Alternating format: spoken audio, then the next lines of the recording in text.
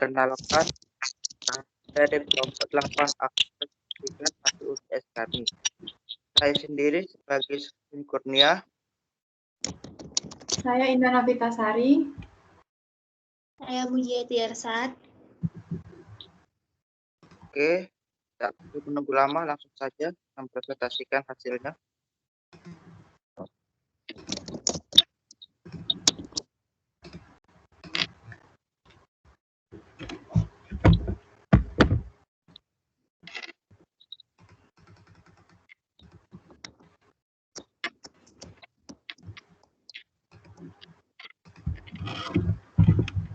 Oke, yang pertama yaitu latar belakang perusahaan. PT Kanimori Food Service telah berdiri sejak tahun 2012 dan telah bekerja sama dengan Shimori Group yang memusatkan bisnis pada produk pangan. Pabrik pertama perusahaan ini berada di Cikupa. PT Kanimori Food Service adalah satu perusahaan Maketo Order atau MTO yang memproduksi berbagai jenis frozen food yang telah tersertifikasi halal. PT Cisarua Mountain Dairy atau Cimori merupakan salah satu perusahaan PMA penanaman modal asing yang bergerak dalam bidang pengolahan susu. PT Cisarua Mountain Dairy merupakan sebuah industri pengolahan susu yang didirikan pada tahun 2006. Produk yang dikeluarkan dari PT Cisarua Mountain Dairy atau Cimori berbasis susu beserta olahannya. Produk yang dihasilkan seperti susu segar berbagai variasi rasa, yogurt, drink it, es krim, mayones, keju, dan juga keju krim. PT Cisarua Mountain Dairy atau Cimori merupakan salah satu perusahaan PMA penanaman modal asing yang bergerak dalam bidang pengolahan susu factory milk. PT Cisarua merupakan sebuah industri pengolahan susu yang didirikan pada tahun 2006. Cimori berkembang sebagai industri yang fokus terhadap pengolahan susu dengan menerapkan teknologi untuk memberikan nilai tambah pada produk. Sejak awal tahun 2006, Cimori memproduksi susu pasteurisasi dan mengembangkan produk berbahan baku susu seperti susu, yogurt drink, set yogurt, dan keju. Variasi rasa yang disajikan Cimori dibuat untuk memenuhi beragam pilihan konsumen. Produk yang dikeluarkan dari PT Cisarua Mountain Dairy atau Cimori berbasis susu berbahan beserta olahannya. Produk dihasilkan seperti susu segar, berbagai varian rasa yogurt drink, es krim, mayones, keju, dan keju krim. Selain itu, ada pun hasil produk dari PT Kanimori Food, yaitu frozen food seperti sosis, nugget, dan lainnya. Negara tujuan ekspansi. Negara yang menjadi tujuan ekspansi merupakan perusahaan adalah Vietnam. Dalam melaksanakan ekspansi, perusahaan memerlukan tambahan dana dari pinjaman bank untuk membiayai pembelian peralatan dan bahan baku. Selanjutnya yaitu Foreign Market Entry Strategies. Foreign Market Strategies merupakan cara sebuah perusahaan untuk membawa aktivitas bisnisnya dan memperluas pemasaran produk atau jasa di pasar luar negeri dengan ekspor usaha patungan atau mendirikan cabang usahanya. Dikutip dari Shen 2017, 1. Menurut Chavus Gill, Foreign Market Strategy diklarifikasi menjadi 3 kategori. Pertama, perdagangan produk dan jasa berupa impor dan ekspor, serta contract atau imbal dagang. Impor adalah strategi membeli barang dan atau jasa dari luar negeri untuk dimasukkan ke dalam negeri. Sedangkan ekspor adalah strategi memproduksi barang atau jasa dari dalam negeri lalu menjual dan mendistribusikannya ke negara lain. Contract atau imbal dagang adalah transaksi bisnis internasional yang mana keseluruhan atau sebagian pembayaran baik impor maupun ekspor dengan menggunakan produk yang senilai. Kedua yaitu foreign direct investment, penanaman modal asing dengan memperoleh kepemilikan berupa pabrik, cabang, dan fasilitas lainnya di pasar luar negeri. Selain itu, foreign direct investment dapat juga dilakukan dengan kerjasama dengan perusahaan lain untuk menyertakan modal bersama di perusahaan luar negeri. Ketiga yaitu kontrak hubungan berupa lisensi atau franchising, yang mana perusahaan di luar negeri menggunakan kekayaan intelektual seperti hak paten, hak cipta, merek, dan lisensi usaha dengan membayar royalti sehingga perusahaan pemilik kekayaan intelektual tidak perlu melakukan penanaman modal yang besar, seperti foreign direct investment untuk ekspansi ke luar negeri. Selanjutnya yaitu bank dan fungsi bank sebagai financial intermediaries dan financial innovation. Bank merupakan salah satu lembaga keuangan yang menghimpun dana dari masyarakat dan menyalurkan kembali melalui pemberian kredit. Bank menjadi institusi perantara antara pihak yang kelebihan dana dengan kekurangan dana. Fungsi utama bank diatur pada Pasal 3 Undang-Undang Nomor 10 Tahun 1998, yaitu fungsi utama perbankan Indonesia adalah sebagai penghimpun dan penyalur dana masyarakat. Bahwa bank dapat berfungsi sebagai penerima kredit, menyalurkan kredit, melakukan pembiayaan, investasi, menerima deposito, menciptakan uang dan jasa-jasa lainnya seperti tempat penyimpanan barang berharga. Dalam pembayaran, bank memiliki fungsi 1. Penyalur. Bank menyalurkan dana dari masyarakat kepada pihak yang membutuhkan dana. 2. Penerbit. Bank menerbitkan lalu lintas pembayaran dan peredaran uang. Ketiga yaitu pembimbing. Bank membimbing kreditur supaya menggunakan hasil kreditnya dengan tepat. Keempat yaitu pusat kegiatan. Bank adalah pusat kegiatan transaksi pembayaran dan peredaran bank. Financial innovation atau inovasi keuangan adalah menciptakan suatu pembaharuan inovasi dan pengembangan di bidang keuangan sesuai kebutuhan masyarakat, baik konsumen, produsen, perantara keuangan, hingga pemerintah. Inovasi di bidang keuangan dapat berupa menciptakan layanan dan produk instrumen keuangan.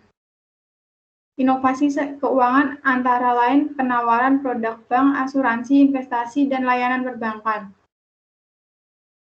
Menurut Llewellyn, dalam Nizar ada 3 dimensi yang dapat diidentifikasi hal-hal yang berhubungan dengan inovasi keuangan, antara lain inovasi produk, inovasi risiko, dan inovasi proses.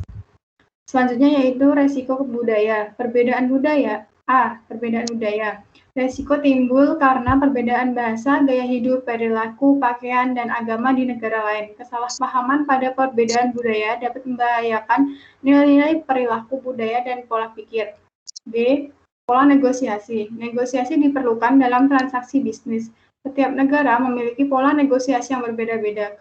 Komunikasi yang baik dalam bernegosiasi diperlukan untuk mencapai tujuan bisnis, membangun hubungan, dan menyelesaikan perselisihan.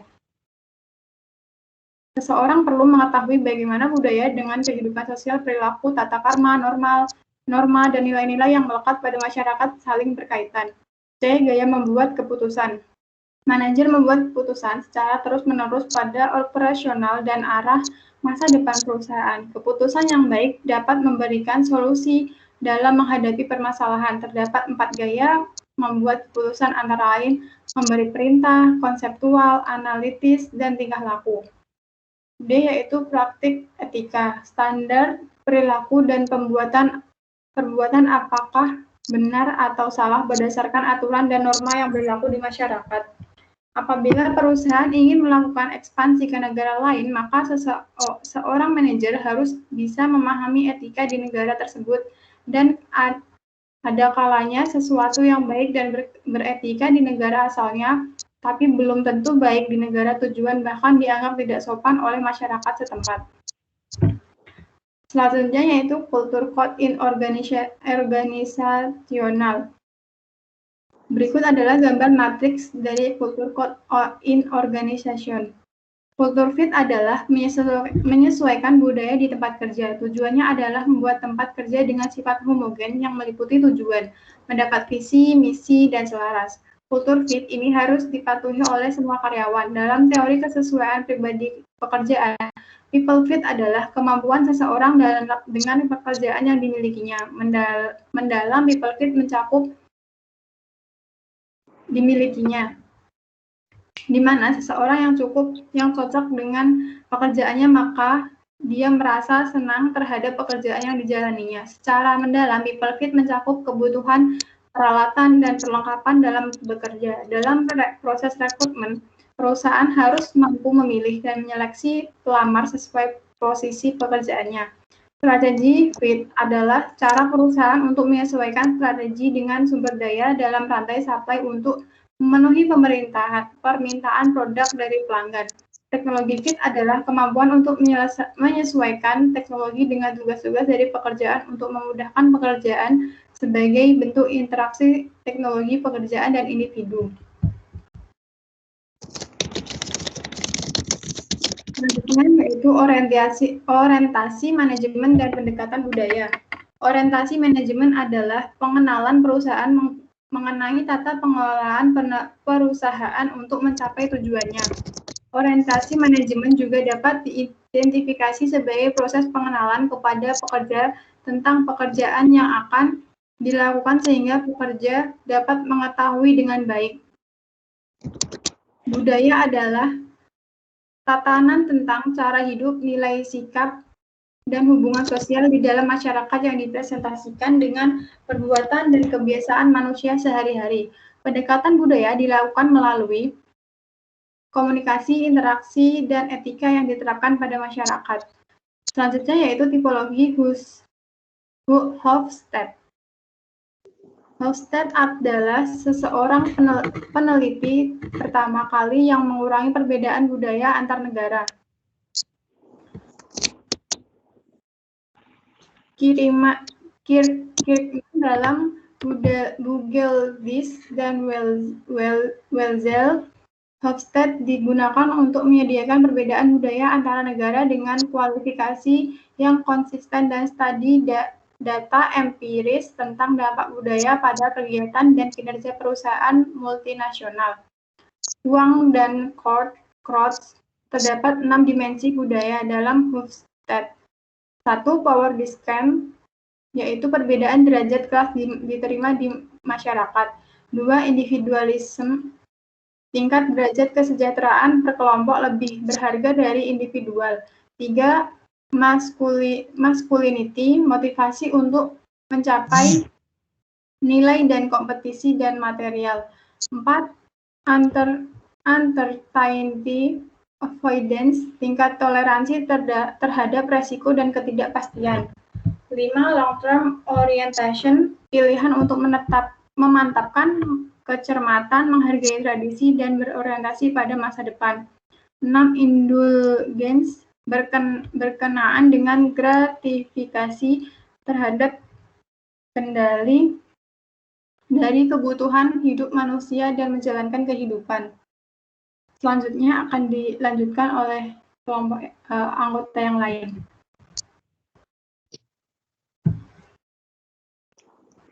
Sistem legal dan sistem politik serta risiko negara. Sistem legal. Sistem legal adalah sebuah sistem yang menginterpretasikan aturan dan yang bersifat mengikat hukum. Regulasi dan peraturan telah ditetapkan oleh pemerintah. Sistem legal meliputi lembaga dan prosedur, antara lain 1. Menjamin tata tertib. 2. Menyelesaikan permasalahan antara perusahaan dengan warga sipil. 3. Hasil pajak ekonomi. 4. Menyediakan perlindungan bagi properti pribadi termasuk kekayaan intelektual dan aset perusahaan lainnya. Sistem politik. Sistem resmi lembaga pemerintah yang berdasarkan konstitusi negara. Ini meliputi badan legislatif, partai politik, anggota Dewan Kongres, dan Perserikatan Dagang.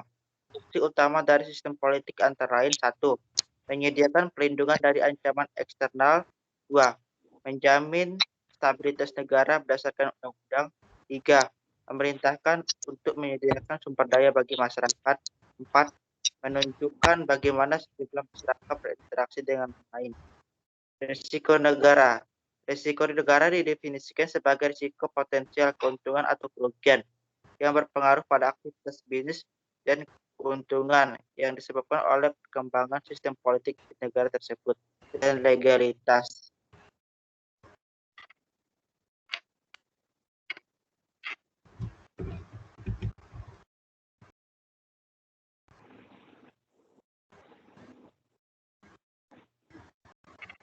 Kultur excellence. Konsep kultur excellence sebagai bentuk tirani Orwellian yang didesain untuk mempengaruhi kepatuhan yang tak bertanya. Meskipun ada beberapa kecaman yang mungkin dilihat secara berlebihan, itu kepastian yang dapat disangkal bahwa pendekatan kultur excellence mempunyai kelemahan dan serius khususnya di area krusial pada kegiatan organisasi. Yang pertama tuh orang-orang di organisasi baru seringkali memiliki kekhawatiran yang serius terhadap peran dan perilaku. Organisasi baru biasanya hanya akan menghargai karyawan lama dan mereka yang bekerja dengan standar tinggi. 2. Politik. Kultur excellence tampaknya memperburuk perilaku politik oleh individu dan kelompok. Namun pada dasarnya mereka mengabaikan kelemahan mereka, meskipun berpotensi untuk merusak kedua organisasi baik kinerja maupun individu. 3. Budaya. Kultur excellence mengasumsikan bahwa hubungan sosial sederhana antara budaya dan kinerja, bahwa penciptaan budaya baru sendiri tak bermasalah, namun budaya dan politik tampaknya menjadi titik lemah pendekatan dari dalam pengelolaan organisasi.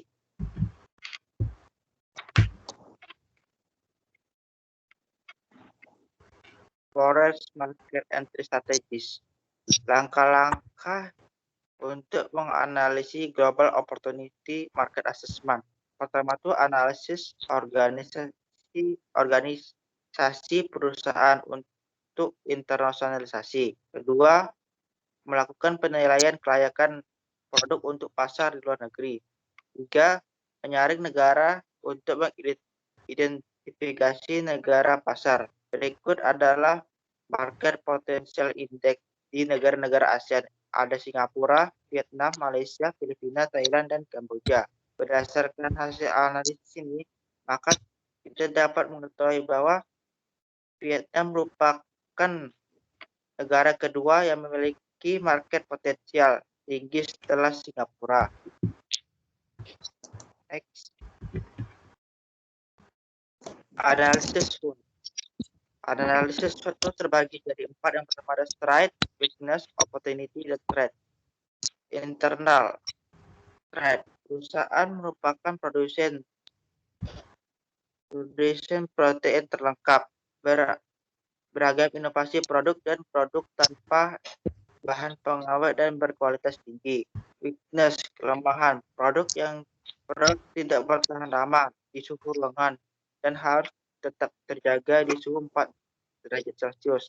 External, opportunity, masyarakat di negara-negara berkembang, di negara ASEAN khususnya Vietnam, mengerti akan pentingnya makanan dan minuman yang bergizi bagi pertumbuhan generasi penerus bangsanya. Mereka sadar makanan dan minuman yang bergizi tinggi dapat meningkatkan kualitas sumber daya manusia dan mutu hidup seseorang. Threat, ancaman. Produsen susu dan yogurt mungkin saja banyak di sana. Tentunya akan menjadi pesaing dalam usaha ini. Next. Analisis STP. Ada segmentasi geografis. Produsen olahan susu dan yogurt ini menargetkan konsumen dari negara Vietnam dan negara-negara ASEAN lainnya. 2. Segmentasi demografi. Produsen olahan susu dan yogurt ini menargetkan konsumen dari kalangan anak-anak hingga remaja. 3. Segmentasi fisiografis. Produk ini mention kepada konsumen yang memiliki kesadaran akan pentingnya gizi dan nutrisi dari susu. Targeting. Target utama pembeli dari produk olahan susu dan yogurt ini adalah masyarakat Vietnam dan negara-negara ASEAN di sekitarnya. Positioning. Dalam konsum produk susu ini sangat penting bagi pertumbuhan anak dan remaja. Selain itu, produk ini juga menempatkan diri sebagai minuman yang enak dan bergizi. Next. Bank dan fungsi bank sebagai financial intermediate. Bank sebagai institusi Financial intermediate itu berarti bank sebagai perantara antara orang yang kelebihan dana dengan orang yang kebutuhan dana, di mana bank memberikan dananya kepada kreditur dalam bentuk modal kerja. Dana yang diperoleh dari bank digunakan untuk modal kerja dengan alokasi dana sebagai berikut. Dana yang akan digunakan untuk membeli peralatan sebanyak 40 miliar dan untuk membeli bahan baku sebanyak 60 miliar dengan bunga tetap 8% per tahun dan dibayarkan secara angsuran selama 3 tahun.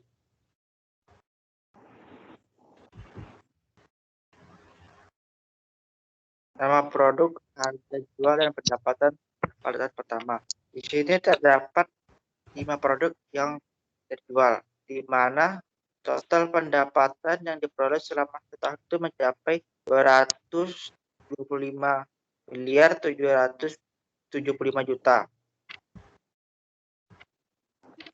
Next. Baik, selanjutnya di sini ada tabel HPP atau harga pokok penjualan, yang mana di sini kita hitung dalam satuan ribuan rupiah. Di sini HPP yang kita ambil tahun pertama, tahun kedua, hingga tahun ketiga, dan di sini sudah kita cantumkan mulai dari persediaan awal hingga saldo akhir barang dan HPP. HPP pada tahun pertama sekitar 68.200 rupiah, tahun kedua 74.500 rupiah, dan tahun ketiga 76.450 rupiah.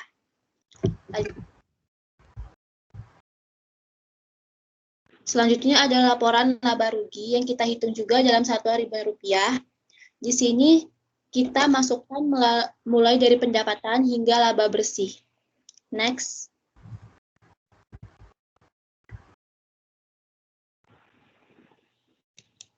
Selanjutnya ada analisis risiko budaya. Analisis ini kita bikin berdasarkan perbedaan budaya, pola negosiasi, gaya membuat keputusan, praktik etika, culture code in organization. Pada perbedaan budaya ini, budaya masyarakat Vietnam itu memegang teguh pada Konfusianisme, yaitu menekankan terhadap tugas-tugas dengan sifat kekeluargaan. Lalu pada pola negosiasi, orang Vietnam ini dalam negosiasi selalu berkomunikasi dengan baik dan mengutamakan sifat kekeluargaan, di mana ego individual tidak diperkenankan seperti yang sudah kita jelaskan pada perbedaan budaya tadi. Lalu ada gaya membuat keputusan. Orang Vietnam ini dalam mengambil keputusan itu memiliki sifat tipikal, itu artinya mereka sangat memperhatikan dampak dan akibatnya terhadap orang lain. Lalu ada praktik etika di mana pada orang Vietnam ini mereka menunjukkan jari kelingking itu dianggap sopan dalam tata krama orang Vietnam, sedangkan menghilangkan jari dianggap penghinaan dan ego.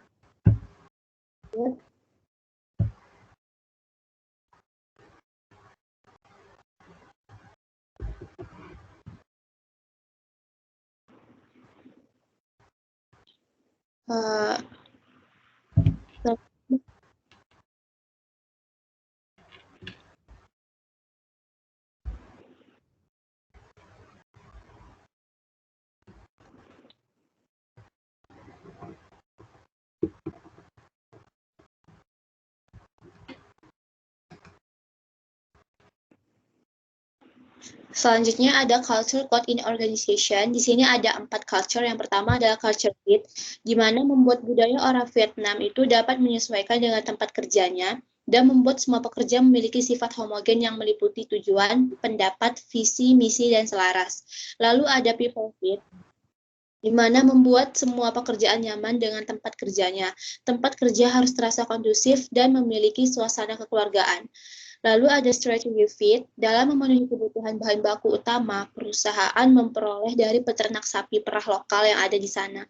Lalu ada technology fit, peralatan teknologi memiliki peranan besar dalam proses produksi, di mana mesin-mesin produksi dipakai untuk mempermudah kerja. Lalu 3.3 ada analisis orientasi manajemen dan pendekatan budaya. Jadi orientasi manajemen yang dilakukan manajer ini kepada karyawannya dalam proses pengelolaan susu sapi, manajer menyampaikan visi dan misi perusahaan kepada karyawan. Lalu proses operasional ini ditunjukkan kepada karyawan menunjukkan peralatan dan perlengkapan kerja, lalu memberitahu standar keselamatan kerja, standar operasional prosedur, dan kontrol kualitas produk. Pelatihan karyawan diperlukan guna bekerja dengan baik dan mengevaluasi. Dalam melakukan pendekatan budaya terhadap orang Vietnam, harus bisa menyesuaikan dengan etika dan perilaku orang Vietnam. Orang Vietnam ini memiliki budaya kerja rajin dan kuat. Mereka dalam kerja selalu lebih mengutamakan sifat kekeluargaan. Selanjutnya akan dilanjutkan oleh Merita.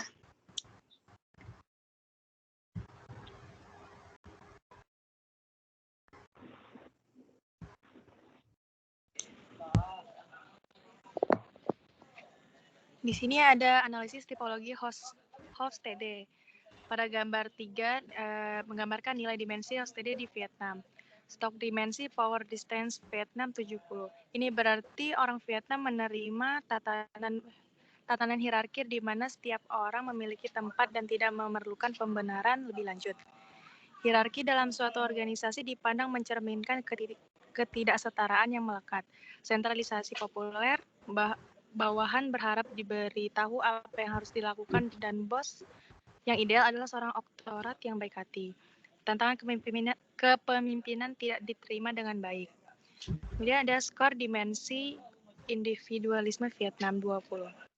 Orang Vietnam adalah masyarakat kolektivis. Masyarakat seperti itu menumpuk hubungan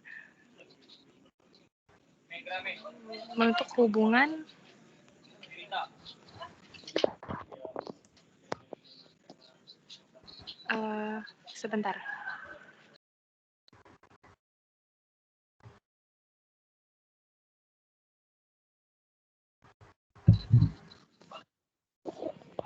Oke, dilanjut. Hubungan antara majikan dengan seperti hubungan keluarga, masyarakat, pelanggaran dan akan berimbas pada rasa malu. Hubungan antara majikan dengan seperti hubungan keluarga. Skor dimensi masculinity Vietnam 40. Hal ini berarti masyarakat Vietnam dianggap sebagai masyarakat feminim. Di negara-negara feminim, fokusnya adalah bekerja untuk hidup. Orang menghargai kesetaraan, solidaritas, dan kualitas dalam bekerja. Konflik diselesaikan dengan musyawarah dan negosiasi. Waktu luang dan fleksibilitas lebih disukai. Fokus pada kesejahteraan, status tidak ditampilkan, dan pengambilan keputusan melibatkan orang lain. Skor dimensi uncertain avoidance Vietnam 30. Masyarakat Vietnam cenderung rendah untuk menghindari ketidakpastian. Masyarakat dengan uncertain avoidance rendah memiliki sikap yang lebih santai, praktik lebih penting daripada prinsip, dan penyimpangan norma serta aturan dapat ditoleransi. Jadwal fleksibel dan kerja keras perlu dilakukan tetapi bukan untuk kepentingannya sendiri. Diperlukan ketepatan dan ketetapan serta berinovasi. Skor dimensi long term orientation Vietnam 57. Hal ini menjadikannya budaya pragmatis. Dalam masyarakat dengan orientasi long term dengan orientasi pragmatis, orang percaya bahwa kebenaran sangat bergantung pada situasi, konteks, dan waktu. Mereka dapat menyesuaikan tradisi dengan perubahan kondisi. Memiliki kecenderungan yang kuat, kecenderungan dalam menabung, berinvestasi, dan tekun dalam mencapai hasil. Skor indulgence Vietnam 35. Masyarakat dengan skor rendah dalam dimensi ini memiliki kecenderungan sinisme dan pesimisme. Orang dengan orientasi ini memiliki persepsi bahwa tindakannya dikekang oleh norma-norma sosial dan merasa memanjakan diri sendiri itu salah. Lalu ada sistem legal dan sistem politik serta risiko negara. Pertama itu ada sistem legal. Merupakan prosedur untuk mendapatkan izin membangun perusahaan di Vietnam secara legal sebagai berikut. Pertama, dengan mendaftarkan perjanjian investasi dengan badan berwenang, lalu mendaftarkan investasi ke Menteri Perencanaan dan Investasi Vietnam, kemudian mendapatkan sertifikat pendaftaran investasi, menandatangani kontrak proyek dengan badan negara, kemudian ada proyek perusahaan siap menjadi perseroan terbatas atau limited liability to company. Kemudian ada aturan dan perundang-undangan perusahaan di Vietnam. 1 ada 68/2014 QH 13, hukum perusahaan berada di 8, sesi pada 26 November 2014, kemudian 8 Kongres Republik Sosialis Vietnam. Lalu ada UU Investasi 2014, pasal 26 dan pasal 3, pasal 21 UU Enterprise 2014, pasal 29 UU Enterprise 2014, pasal 18 ayat 2 UU Enterprise 2014, pasal 13 ayat 2 dari Kewirausahaan Act 2014, pasal 44 UU Enterprise 2014, pasal 10 UU Enterprise 2014, pasal 4 ayat 8 UU Enterprise 2014, dan pasal 211 UU Enterprise 2014. Lalu ada sistem politik. Vietnam merupakan negara yang sistem politiknya menganut sistem tunggal dengan Republik Sosialis Vietnam, yaitu sebagai partai tunggal negara. Lalu ada risiko negara. Vietnam dapat dikatakan sebagai negara yang lumayan aman. Sistem politik Vietnam yang menganut suatu partai membuat kondisi perpolitikan Vietnam menjadi stabil. Pemerintahan Vietnam yang memberikan kebebasan terhadap masuknya investasi asing ke negaranya. Lalu ada culture excellence. Pertama itu ada culture fit, membuat budaya orang Vietnam dapat menyesuaikan dengan tempat kerjanya dan membuat semua pekerja memiliki sifat homogen yang meliputi tujuan, pendapat, visi, misi, dan selaras.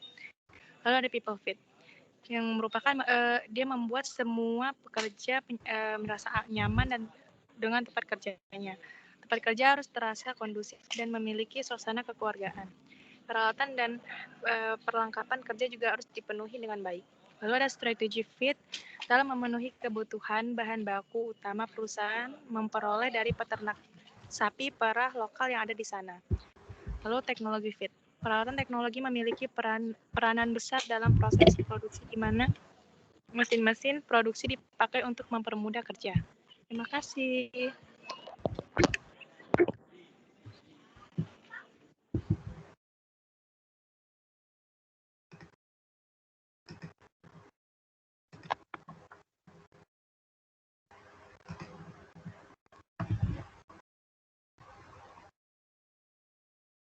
Oke, sekian dari presentasi kami. Apabila ada kesalahan, saya akhiri. Wassalamualaikum warahmatullahi wabarakatuh. Waalaikumsalam warahmatullahi wabarakatuh.